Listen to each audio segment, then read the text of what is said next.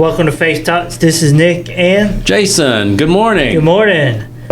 Of course, always follow us here on Facebook, YouTube, Apple Podcasts, Spotify, iHeartRadio. That's right. We appreciate Nick keeping us hooked up online. And if you have any questions for us here at Faith Talks, we've gotten some good questions about Jesus' siblings or how to grow as a disciple, United Methodist Church. We'll be glad to field your questions. Oh, yeah. Today, we are fortunate to have one of our staff, Les Perrault. Les does a great job as a layperson and also working here on staff. And today, we have Les talking to us about his faith journey and also talking about his involvement with indoor sports, with the youth, Vacation Bible School. Les just wears so many hats around here. We appreciate all that you do, Les. Oh, thank you. I shared before in a previous podcast my faith journey, and it kind of went back to my grandmother talking about the about Jesus and everything, and that kind of shaped me as far as that goes. It's kind of like that what she was explaining and everything, how the feeling I had in my chest, and I knew that was it, and how Jesus died on the cross for us and for our sins, and believe in Him, and that's kind of, as a childlike faith, that. How old were you when that happened? I was probably 5-6 years old or so, something like that. To me, it's always just intriguing to think about John Wesley, the one who began this Methodist movement. He grew up in a pastor's house. He went to Oxford and he was ordained, and then he went to Georgia. Had a terrible experience in Georgia. He wouldn't give some girl that he liked communion. He had to leave in the middle of the night, and then he comes back to London, and we call it his Aldersgate experience. He was reading the preface of Romans by Martin Luther, and that's when his heart was strangely warmed, and he realized that Christ died for him. Yeah. And that really set him for the rest of his life. And your faith, Les, you live that out in practicality. And so I always think theology, your faith, is so important. And how does that inform your actions? How do you live out of that? Unless you live out your faith, and we are grateful for that. We enjoy listening to people's faith journeys, and so just wanted to, kick off with that. Just I know that you've shared with us before, but we are a people of faith, and we like to hear people's faith journeys.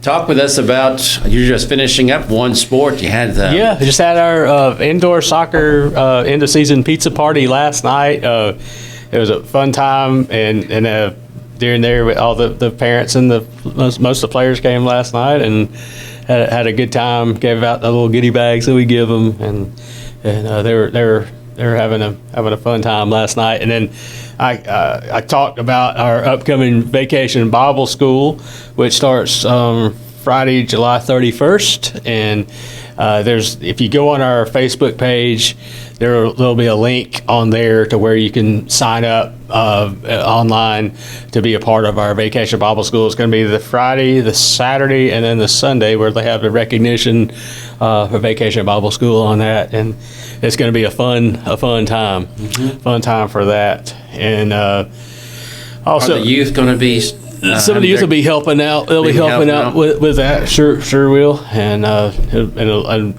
know Holly probably needs other volunteers and stuff as well for that. And so if you can get in touch with her, she'll find a place where you during that Vacation Bible School here. That's great. And also, our next sport that we have coming up is going to be our fall basketball and cheer camp.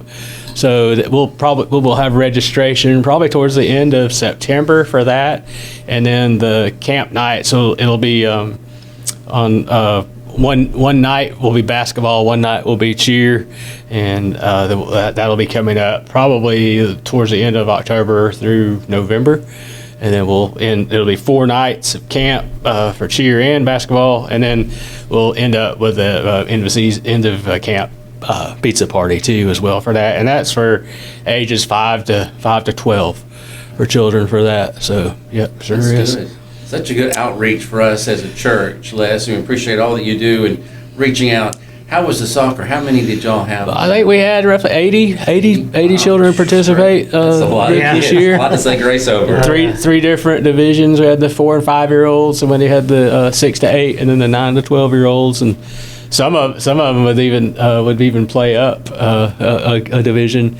So and there's really some. I've seen some really good players, and I know they'll go on probably and play City Rec League ball here in Ozark, and because you can tell by watching these kids play out there. There's some that soccer is a natural sport for them, and they're very good with their footwork, and playing on our indoor surface, which is a carpeted surface, that makes it harder for footwork. So if you've got good footwork on a hard surface like the carpet in there, you can really work on a turf field, grass field out there, because it makes it a lot easier for your footwork when you're on a grass or turf field.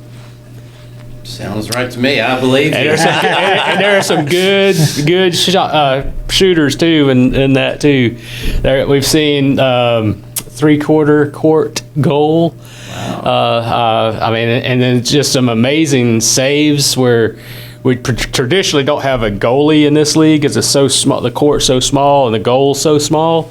But there are some couple guys went in there. I knew this somebody took a good shot into the goal, and out of nowhere, this other guy comes sliding in and just knocks the ball out of the way where it didn't go in, saved the goal, and he sacrificed his knees on the carpet burn, but he did it. But it was fun. It's been a fun season watching kids play. They're having a good time with smiles and their silly stuff where sometimes they'll kick the ball and it almost goes up on the ceiling. And oh my! So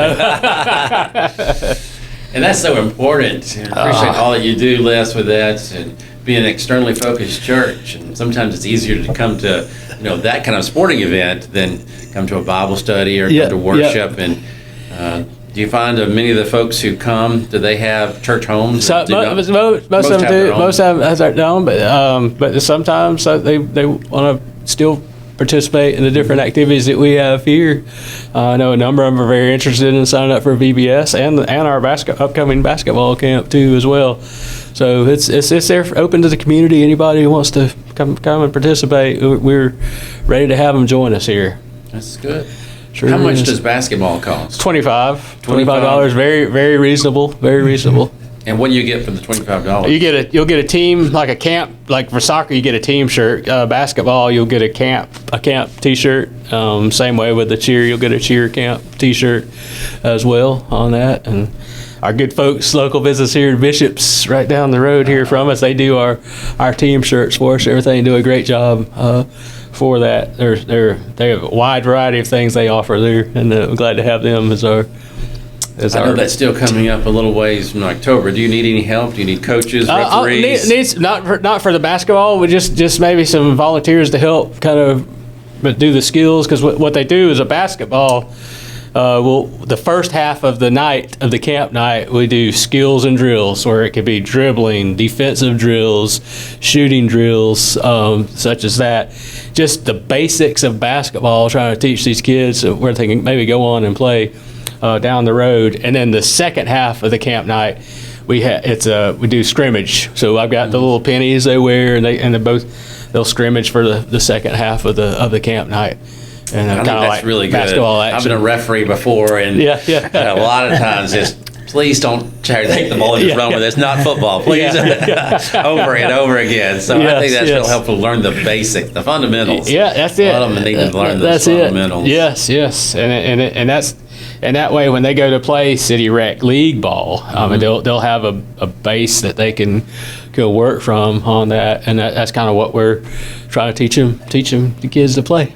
That's good. Like that, yeah. That is really very important in helping to minister to the body, mind, and soul, and do what we can, reaching out to folks and the church and in the community. And it's That's right. Great outreach for us as a church, Les. And we do a prayer like before the soccer games. We have both teams center court, and we have a prayer before we play. And I usually ask them if they have any prayer requests, and we can pray at that time. And then the basketball ones, the camp nights, I do a short devotion at the middle of practice and for them, and it's pretty good. You get to share the word. that's good. Yep. Don't want to have the preachers come because we'd be too long, huh? Yeah, Economy of words, it right? ain't that kind of camp. We are United Methodists. Is that what you're saying to me? But we have a lot of fun and appreciate all that you're doing, Les, and many hats from the youth and indoor sports. And well, that is Let me talk. great. Speaking of youth, we've got coming up. Let me see. I got a list here. I know right now our youth is over at Blue Lake Camp, and they'll be coming back on Friday for that. But Wednesday, July 22nd, starts World Hunger Night at 5:30 p.m. And then that'll go through Thursday, July the 23rd, Friday, the July 24th, and they will end the 30-hour fast on the 24th at 12 noon with a lunch. So we're asking the youth to fast from certain things, not necessarily not eat at all, but to do the fast for some, give up something during that time for World Hunger Week. And then Friday, of course, the VBS coming up Friday, July 31st. And then we have August 9th. We're going to have a cookout at the house. And that's when the upcoming youth from First Kids that move up to youth, we're going to have them over there, their parents and everything that night, and have a cookout for that. What time is that? That will be 5:30 p.m. So it's a Sunday? It's a Sunday. Mm-hmm. Sure is. I think I've got a funeral that afternoon, but if you would like, I'll be glad to absolutely. come over. Yes. Come on. I love to eat. I got to go over it. So we'll have the grill going. Jason heard cookout. Yeah, I heard cookout, and so amen to you. Yes. I would like to come invite myself, right? Yeah. Nick, I just like, okay, y'all are eating. Using your pastor. Exact authority. Living into that. Absolutely. Always invited. Always thank you. invited. Well, that sounds really good. I appreciate all that's going on with the young people, and thank you. You're welcome. Appreciate you being with us today on Faith Talks. And so if you have questions for us about how to grow as a disciple, or what it means to be a United Methodist, or the Bible, or questions, we would be glad to talk to you about those. Or if you want to come and be on Faith Talks, we will be glad to have you on. Isn't that right, Oh, Nick? yes. You could, if you're watching this on Facebook or YouTube, put a comment down there of your question or whatnot, or you can email us at faithtalksozark@gmail.com. And then, of course, if you want to volunteer for Les or VBS, you can also call the church office, and we'll get your name on a list and to the appropriate people. Absolutely. Thanks for watching. Thank you. Thank y'all. Thank you, Les. Thank y'all.